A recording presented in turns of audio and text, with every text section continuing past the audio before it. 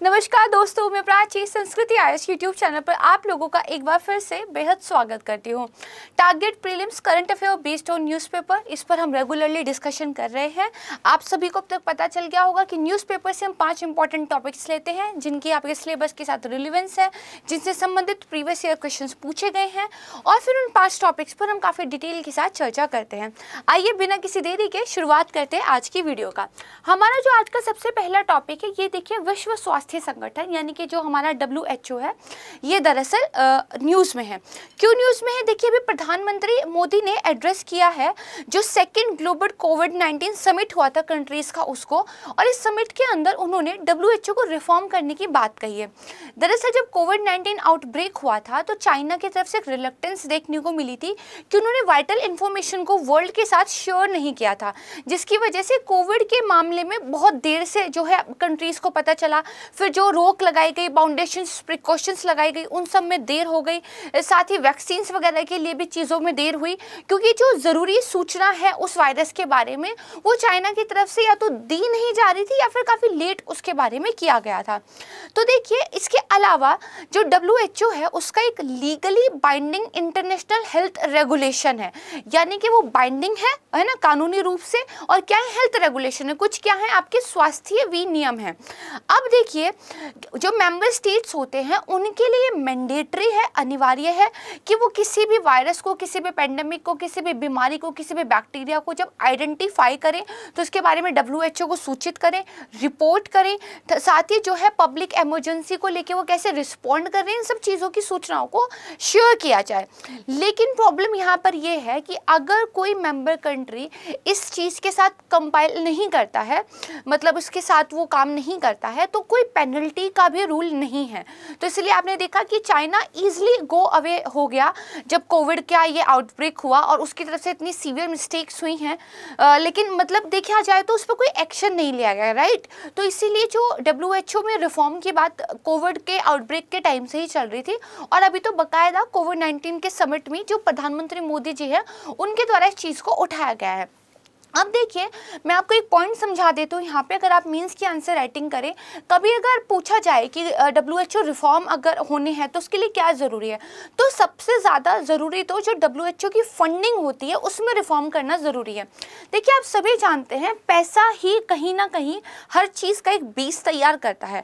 अगर आपको किसी संस्था में रिफॉर्म करने हैं तो उसकी रिसोर्सेज पहले ढंग से पूरी हो, ये आपको देखिए करना पड़ेगा। अभी WHO की फंडिंग में होता क्या है, देखिए एक मैंडेटरी कंट्रीब्यूशन होता है, एक जो है आपका वॉलंटरी कंट्रीब्यूशन होता है। लेकिन जो मैंडेटरी कंट्रीब्यूशन है वो 1/4 से भी कम है टोटल फंडिंग के, और बाकी सारा का सारा जो बजट है वो वॉलंटरी कंट्रीब्यूशन के द्वारा देखिए होता है। तो जो कंट्रीज़ हैं उनको चाहिए कि वो जो अपना हिस्सा WHO में दे रहे हैं उस पर और ज़्यादा काम करें, उसको बढ़ाएं, ताकि WHO को एक कहते हैं वॉलंटरी कंट्रीब्यूशन पर डिपेंड ना रहना पड़े, जिसके साथ अनिश्चितता बनी रहती है कि पता नहीं आएगा कि नहीं आएगा।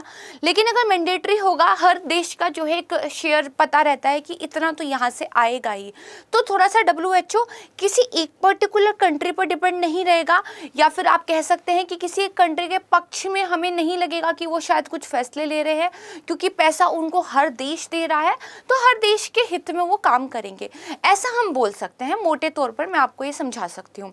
तो आइए, ये तो हुई कि इस आर्टिकल में क्या कुछ बात कही गई थी। अब बात करते हैं WHO के बारे में, क्योंकि एक संस्था के बारे में वो कब स्थापित हुआ, क्या भारत उसका सदस्य देश है या नहीं, क्या कुछ उसके प्रोटोकॉल्स चल रहे हैं, क्या उसका उद्देश्य है, ये हमें पता होना चाहिए अपने एग्जाम के पॉइंट ऑफ व्यू से। तो सबसे पहले देखिए कि विश्व के देशों की जो स्वास्थ्य संबंधी समस्याएं हैं उस पर आपसी सहयोग हो, साथ में कुछ मानक विकसित किए जाए, इसके लिए एक महत्वपूर्ण संस्था है। 7 अप्रैल 1948 को देखिए इसकी स्थापना की गई थी और यह संयुक्त राष्ट्र की यूनाइटेड नेशन की एक आनुषंगिक क्या है इकाई है। तो ये जो मैंने अंडरलाइन किया है इसको थोड़ा सा ध्यान रख लीजिएगा। इसके बाद देखिए इसका मुख्यालय कहाँ है, तो स्विट्जरलैंड के जेनेवा शहर में है। और आप देखा जाए तो जो भारत है वो भी इसका एक सदस्य है, और भारत में WHO का जो मुख्यालय है वो कहाँ पर है, दिल्ली में है। ठीक है, अब थोड़ी सी हिस्ट्री की बात कर लेते हैं। तो विश्व स्वास्थ्य संगठन के संविधान को 22 जुलाई 1946 को जो स्वीकार किया गया। ये जो कॉन्स्टिट्यूशन था ये 7 अप्रैल 1948 से लागू हो गया। और फिर देखिए 15 नवंबर 1947 को बेसिकली जो विश्व स्वास्थ्य संगठन था वो संयुक्त राष्ट्र की एक विशिष्ट अभिकरण बन गया था। ठीक है, यानी कि एक तो हमें डेट पता हो कब ये संयुक्त राष्ट्र का एक विशिष्ट अभिकरण एक अनुषंगिक इकाई बन गया है, दूसरा हमें पता हो कि कब ये स्टैब्लिश हुआ। ठीक है, ये इसकी थोड़ी सी हिस्ट्री थी, जस्ट आपको पता होना चाहिए। इसके बाद देख लेते हैं, देखिए WHO के कार्यक्रम क्या क्या है, हमें कम से कम एक आइडिया होना चाहिए। जैसे स्वास्थ्य सेवाओं का विकास, रोग निवारण व नियंत्रण, पर्यावरण स्वास्थ्य का संवर्धन, स्वस्थ मानव शक्ति का विकास, जैव चिकित्सा बायो जो आपका एक तरीके से है, उसके बाद शोध और स्वास्थ्य कार्यक्रमों का विकास एवं प्रोत्साहन, मातृत्व और बाल स्वास्थ्य को संवर्धित करना, संक्रामक रोगों की रोकथाम करना जो कि कम्युनिकेबल डिजीज होती हैं, फिर दवाओं व टीकों का उत्पादन में गुणवत्ता नियंत्रण और स्वास्थ्य आंकड़ों का संग्रहण और विश्लेषण और वितरण, यानी कि जो हेल्थ से रिलेटेड डाटा है उस डाटा को इकट्ठा करना, उसको एनालाइज करना, उसकी फाइंडिंग्स को फिर मेंबर कंट्रीज के साथ शेयर करना और फिर एक रिजल्ट निकालना कि क्या कुछ हो सकता है, क्या कुछ हो रहा है। ये देखिए सारे इसके काम है। ठीक है, तो एक आइडिया बस आपको होना चाहिए। इसके बाद मैंने आपको बताया कि देखिए जो WHO है, मैंने आपको पहले भी बोला था कि जब भी कोई संगठन होता है उसका क्या एक प्रशासनिक ढांचा है ये हमें पता होना चाहिए, क्योंकि after all we are preparing for the administrative services, right. तो देखिए यहाँ पर क्या है, इसके प्रमुख अंग कौन कौन से, एक तो है विश्व स्वास्थ्य सभा जिसको देखिए क्या बोलते हैं, वर्ल्ड हेल्थ असेंबली भी बोलते हैं। फिर एक कार्यकारी बोर्ड है, एग्जीक्यूटिव बोर्ड है, फिर इसकी क्षेत्रीय समितियां हैं और सचिवालय है। इसमें जो सबसे इंपॉर्टेंट है वो है विश्व स्वास्थ्य सभा, क्योंकि WHO के जितने भी इंपॉर्टेंट डिसीजंस लिए जाते हैं वो इसी असेंबली के द्वारा लिए जाते हैं। तो इसी को देखिए मैंने आपको पढ़ाया है। तो देखिए सभी सदस्यों का प्रतिनिधित्व इसके अंदर होता है, यानी कि जितनी भी मेंबर कंट्री हैं वो सारी की सारी जो है अपना रिप्रेजेंटेशन इस असेंबली के अंदर करती हैं। ठीक है, उसका क्या है, ये एक राजनीतिक एक पॉलिटिकल पार्ट है और इस संगठन की जितनी भी दीर्घकालिक योजनाएं होंगी, भाई जो भी आप काम करेंगे लॉन्ग टर्म में उस काम को स्वीकृति देने का काम ये असेंबली ही करती है। अपनी मनमर्जी से आप नहीं कर सकते, मेंबर कंट्रीज की परमिशन आपको लेनी पड़ती है। इसके अलावा जो बजट है और इसका जो वार्षिक कार्यक्रम है वो भी यही तय करता है। अब देखिए किसी देश में बजट कौन तैयार करती है, जो हमारी संघ सरकार होती है। ठीक है, इसके अलावा देखिए एक देश का क्या आप कह सकते हैं लॉन्ग टर्म में पॉलिसी हित रहेगा, ये भी कौन देखता है, तो संघ सरकार देखती है। तो इसका मतलब बहुत इंपॉर्टेंट जो संस्था है वो ये काम करती है। सेम इसी तरीके से WHO की जो हेल्थ असेंबली है वो बहुत ज़्यादा इंपॉर्टेंट है और वही इसका बजट और वार्षिक कार्यक्रम तय करती है। इस तरीके से आप याद रख सकते हैं। इसके बाद देखिए WHO और संयुक्त राष्ट्र के मध्य, ठीक है, दो चीज़ों को ध्यान रखिएगा, WHO संयुक्त राष्ट्र के मध्य का कोई भी समझौता हुआ है तो उसके संदर्भ में जो आर्थिक और सामाजिक परिषद है, यानी कि जो आपका इकोनॉमिक एंड सोशल काउंसिल है, उसको जो रिपोर्ट करता है वो भी आपका कौन है, वर्ल्ड हेल्थ असेंबली ही है। तो ये वाली स्टेटमेंट भी इंपॉर्टेंट है, इसको थोड़ा सा ध्यान रख लीजिएगा। इतना आप समझ गए। इसके बाद देखिए मैंने आपको बताया था कि जब तक WHO में रिफॉर्म की बात करी जाएगी तब तब देखिए WHO की फंडिंग की बात भी की जाएगी। तो वित्तीय थोड़ा सा देख लेते हैं। देखिए बड़ी संख्या में जो कंट्री हैं, परोपकारी जो संगठन है, संयुक्त राष्ट्र के जो संगठन है उनके द्वारा इसको फंड मिलता है। अमेरिका देखिए पूरी फंडिंग का लगभग 15% देता है, जबकि जो भारत है तो जितना सदस्य देश देख सकते हैं, सदस्य देश जो फंड कर रहे हैं उसका केवल 1% योगदान करता है। ठीक है, तो आप कह सकते हैं कि कंट्रीज में अमेरिका नंबर 1 पर है WHO को फंडिंग करने के मामले में। तो यहाँ तक तो हमने जो है WHO के बारे में पढ़ा, चीज़ें आपको समझ में आ गई, क्यों ये न्यूज़ में है ये भी आपको समझ में आ गया। अब हम चलते हैं अपने नेक्स्ट टॉपिक की तरफ। संघाई सहयोग संगठन SCO, ये देखिए न्यूज़ में है। क्यों न्यूज़ में है, देखिए SCO का एक रीजनल एंटी टेरर स्ट्रक्चर है, ठीक है, जिसको हम बोलते हैं SCO RATS। तो ये दरअसल न्यूज़ में है। क्यों, देखिए रशिया, चाइना, पाकिस्तान और जो सेंट्रल एशियन कंट्रीज़ हैं वो दरअसल भारत में मिलेंगी और ऐसा वो SCO RTS की जो मीटिंग इंडिया में होने वाली है उससे पहले हो रहा है। ये इंपॉर्टेंट इसलिए है क्योंकि जो लाइन ऑफ एक्चुअल कंट्रोल पर इंडिया और चाइना का स्टैंड ऑफ हुआ था, उसके बाद ये दरअसल ऐसा पहला डिस्कशन जो है हो रहा है। अच्छा, कुछ इंपॉर्टेंट जानकारी देख लेते हैं। इंडिया जो है 2023 में एससीओ समिट को अपने यहाँ करा सकता है, ऐसी जो है एक्सपेक्टेशंस हैं। इसके अलावा अक्टूबर 2022 में एंटी टेररिस्ट एक्सरसाइज, ठीक है, ये दरअसल हेल्ड होगी, कहाँ पे होगी, मानेसर में होगी। और मानेसर में भी कहाँ होगी, जो आपका एनएसजी है, यानी कि जो आपका national security guard training campus है मानेसर में, वहाँ पर एक्सरसाइज होगी। एक और इम्पोर्टेंट एक्सरसाइज होगी जो है फ्रेंडशिप बॉर्डर 2022, ये जो है कजाकिस्तान में होगी। तो ये कुछ डेवलपमेंट है जो आने वाले टाइम में होंगी, और क्योंकि ये न्यूज़ में आएंगी तो इनको हम तब दोबारा फिर से पढ़ेंगे। अभी मैंने आपको जस्ट एक हिंट दे दिया कि किस तरह की चीज़ें हमको पढ़नी है। आइए अब अपने आर्टिकल पर वापस आते हैं। देखिए यहाँ पर क्या लिखा है कि China, Russia, Pakistan to attend SCO anti terror meet in Delhi. और ये फर्स्ट सच ऑफिशियल डिस्कशन है इंडिया का, कब से, जब से एलएसी स्टैंड ऑफ हुआ था और जब से यूक्रेन इन्वेजन हुआ है। तो एससीओ के बारे में देख लेते हैं। देखिए, संघाई सहयोग संगठन, ये एक एससीओ चार्टर के माध्यम से निर्मित हुआ है। क्या है, एक स्थायी अंतर सरकारी संगठन है, यानी कि एक परमानेंट बॉडी है, इंटर गवर्नमेंटल, यानी कि बहुत सारी जो देशों की सरकारें हैं वो इसमें साथ मिलकर बात करती हैं। तो एक स्थायी और अंतर सरकारी संगठन है। इसका जो गठन हुआ था वो जून 2001 में, जो शंघाई 5 था उसके विस्तार के बाद हुआ था। तो भी क्वेश्चन उठता है, फिर शंघाई 5 क्या था। देखिए, जो रूस है, चीन है, कजाकिस्तान है, किर्गिस्तान है और साथ में जो तजाकिस्तान है, इन लोगों ने मिलकर 1996 में एक ग्रुप जो है स्टार्ट किया था, जिसको बोला जाता था शंघाई 5। इसी शंघाई 5 में जब और मेंबर कंट्रीज को इंक्लूड किया गया तो उसका फिर नाम बदलकर जो है एससीओ रख दिया गया और एक एससीओ चार्टर बनाया गया, जिसके माध्यम से इसको जो है स्थापित किया गया। अब देखिए इसकी प्रकृति कैसी है, नेचर कैसा है। तो एक राजनीतिक, आर्थिक और सैन्य संगठन है। इस वर्ड पर ध्यान रखिएगा, यानी कि पॉलिटिकल है, इसके अलावा क्या है, इकोनॉमिकल है, इसके अलावा क्या है, एक मिलिट्री संगठन है। यानी कि जो सदस्य देश है वो ना सिर्फ राजनीति और आर्थिक मुद्दों पर चर्चा करेंगे, बल्कि उनके जो सैन्य हित है उस पर भी इसके अंतर्गत बातचीत की जाएगी। अगर इसकी सचिवालय की बात की जाए तो यह है शंघाई चीन में। वर्तमान में कितने देश इसकी मेंबर हैं, तो 8 देश हैं। कौन कौन से हैं, तो देखिए कजाकिस्तान, चीन, किर्गिस्तान, रूस, तजाकिस्तान, उज्बेकिस्तान, भारत और पाकिस्तान। ठीक है, भारत और पाकिस्तान दोनों ही इसके सदस्य देश हैं और कुछ साल पहले ही ये बने हैं। इसके बाद देखिए अफगानिस्तान, ईरान, बेलारूस और मंगोलिया, ये एससीओ में पर्यवेक्षक यानी कि ऑब्जर्वर के रूप में जो है शामिल है। अगर एससीओ की इंपॉर्टेंस की बात की जाए तो देखिए वैश्विक जनसंख्या का 40% दरअसल इसके अंदर आता है। जो कंट्रीज हैं, जो इसके मेंबर हैं, वो विश्व की टोटल 40% पॉपुलेशन को रिप्रेजेंट करती है। अगर जीडीपी की बात करें तो वर्ल्ड की 20% जीडीपी और विश्व के कुल भूभाग का 22% को जो है ये एससीओ रिप्रेजेंट करता है। तो इट इज़ एन इम्पॉर्टेंट आप कह सकते हैं इंस्टीट्यूशन, और क्योंकि ये एक सैन्य हित को भी लेके चल रहा है तो इसलिए भी इम्पोर्टेंट हो जाता है। और जिस संगठन में भारत, पाकिस्तान, चीन, इन 3 तिगाड़ा काम बिगाड़ा वाली कंडीशन हमें देखने को मिल जाए तो वो हमारे लिए इम्पोर्टेंट हो जाता है। देखिए इसीलिए इसको पूर्व का नाटो यानी कि ईस्ट का नेटो भी बोला जाता है। हालांकि नेटो भी हम आज पढ़ेंगे, ठीक है, तो उस समय पता चल जाएगा कि वो भी मिलिट्री इंटरेस्ट को लेके काम करता है, तो इसीलिए इसको ईस्ट का नेटो भी बोला जाता है। अब देखिए एससीओ के लक्ष्य क्या है, तो क्षेत्र में शांति, सुरक्षा, स्थिरता बनाए रखना, राजनीतिक, व्यापार, अर्थव्यवस्था, अनुसंधान, प्रौद्योगिकी को बढ़ावा देना, शिक्षा, ऊर्जा, परिवहन, पर्यटन, पर्यावरण संरक्षण में बढ़ावा देना। ये तो कुछ ऐसी चीजें हैं जो आजकल कोई भी संगठन हो वो इस पर काम करता ही है। अब देखिए ये जो न्यूज में था अब उसके बारे में पढ़ते हैं। एससीओ क्षेत्रीय आतंकवाद रोधी संरचना RATS।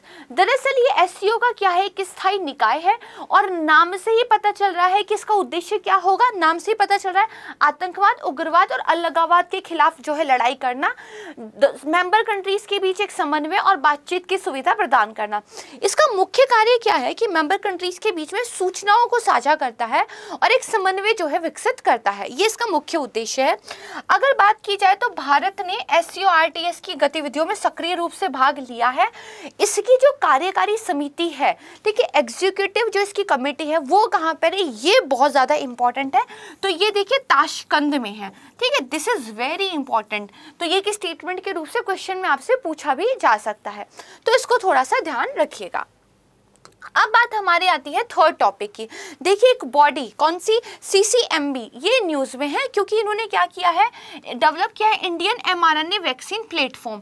अब ये कह रही है जो home grown mRNA vaccine platform इन्होंने बनाया है, इससे बाकी जो इन्फेक्टियस डिजीज हैं जैसे कौन सी है, TB है, डेंगू है, मलेरिया है, चिकनगुनिया है, कुछ रेयर जेनेटिक डिजीज हैं, इन सब के आप कह सकते हैं इलाज करने में हमें मदद मिलेगी।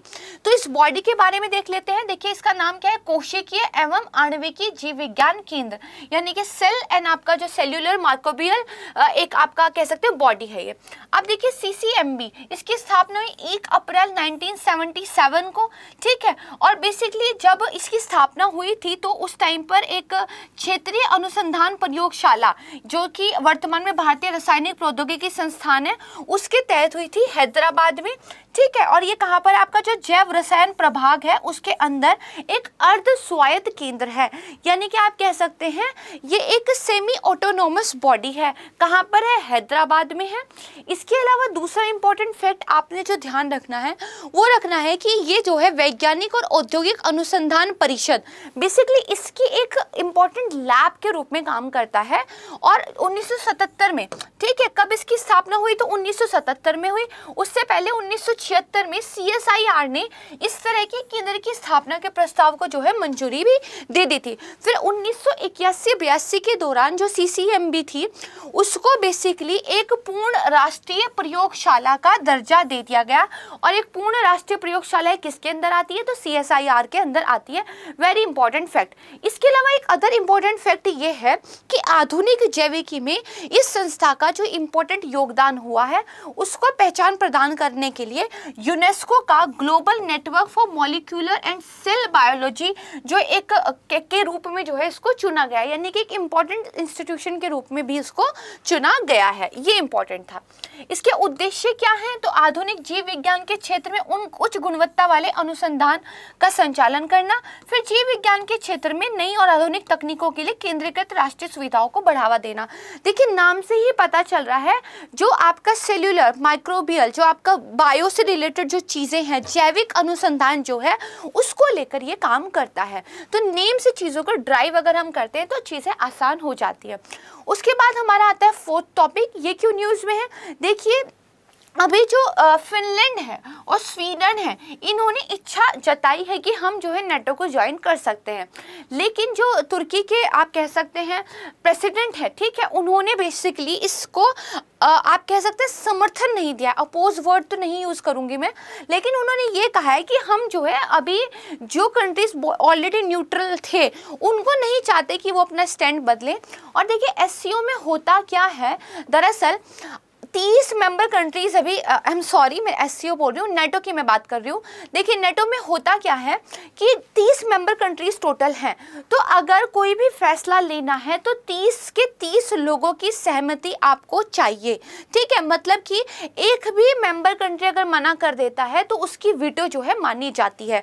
तो इस संदर्भ में देखा जा रहा है कि तुर्की ने अगर अपना वीटो यूज़ कर लिया तो शायद फिर जो फिनलैंड और स्वीडन है ये नेटो को ज्वाइन नहीं कर पाएंगे। खैर हमारे लिए देखिए यहाँ पे जरूरी है फिलहाल कि हम नेटो को पढ़ें। तो क्या है, एक इंटरनेशनल संगठन है, राजनीतिक और सैन्य साधनों के माध्यम से अपने सदस्य देशों की स्वतंत्रता और सुरक्षा की गारंटी देता है। 1949 में इसको बनाया गया था। हम नेटो को बहुत बार पढ़ चुके हैं तो थोड़ा क्विक तरीके से हम इसको पढ़ेंगे। देखिए सेकेंड वर्ल्ड वॉर के बाद इसको बनाया गया था, शीत युद्ध का आप कह सकते हैं काल था। ब्रुसेल और बेल्जियम में इसका जो है हेडक्वार्टर है, ठीक है। स्टार्टिंग में बात की जाए तो अमेरिका और कनाडा समेत 12 सदस्य देश थे, आज के टाइम में 30 सदस्य देश है। इसका जो सेंट्रल मोटो है वो क्या है, तो देखिए all for one and one for all, यानी कि 30 के 30 देश जो है किसी भी एक देश के लिए लड़ सकते हैं और हर एक देश जो है पूरी 30 के 30 देशों के लिए लड़ेगा, ठीक है। ये वाली चीज़ है।